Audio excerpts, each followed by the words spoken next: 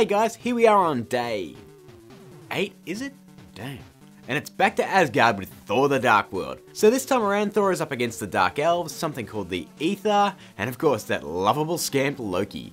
Kenneth Branagh has stepped out of the director's chair to go make a shitty Jack Ryan movie, so we have to settle for longtime TV director Alan Taylor, whose most recent work on Game of Thrones will no doubt lend itself to the fantasy aspect of Thor, right? Now we all know that the first Thor was a big gamble that paid off, so when you make a gamble and you win big, you have two options. You can either go big and bet the lot, or you can just let it ride.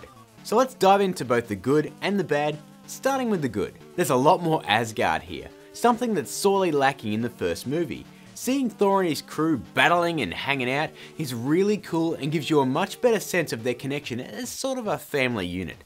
The action this time is a lot better handled, the highlight being the invasion of Asgard. It's just friggin' sweet. The humour that populated the first film is back, and it's just as welcome as it was the first time, although I really could do without Kat Dennings. But you only get small doses of her this time, and she's not nearly as annoying, so it's okay, she gets a pass. One highlight is still getting on the train to rejoin the battle. It's just piss funny.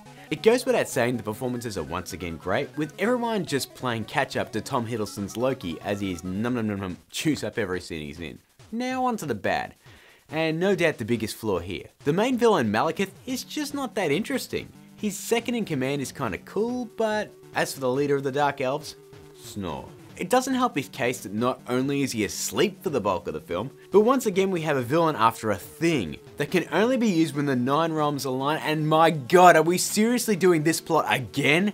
I've aired my opinion on the overuse of planetary alignments as a plot device many times now, and this isn't an exception. Let's move on. Loki was stabbed with a sword through his chest, like so, and apparently dies, and in the next scene he's totally fine. They don't explain it, and it bugs the crap out of me.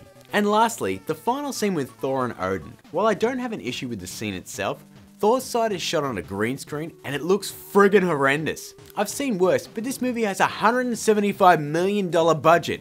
If you're gonna do reshoots, at least make them look good. Overall, Thor the Dark World is just as entertaining as the first film, with better action set pieces, but it's let down by the lack of a well-developed villain with heavily cliched motives. I'm giving it 3.5 Stan Lees out of 5. So guys, what did you think of Thor the Dark World? Let me know down in the comments or on my Twitter or the Facebook page.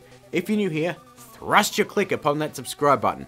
We still have 3 more films left in Marvel Madness, so I'll see you tomorrow with 2014's Captain America: The Winter Soldier.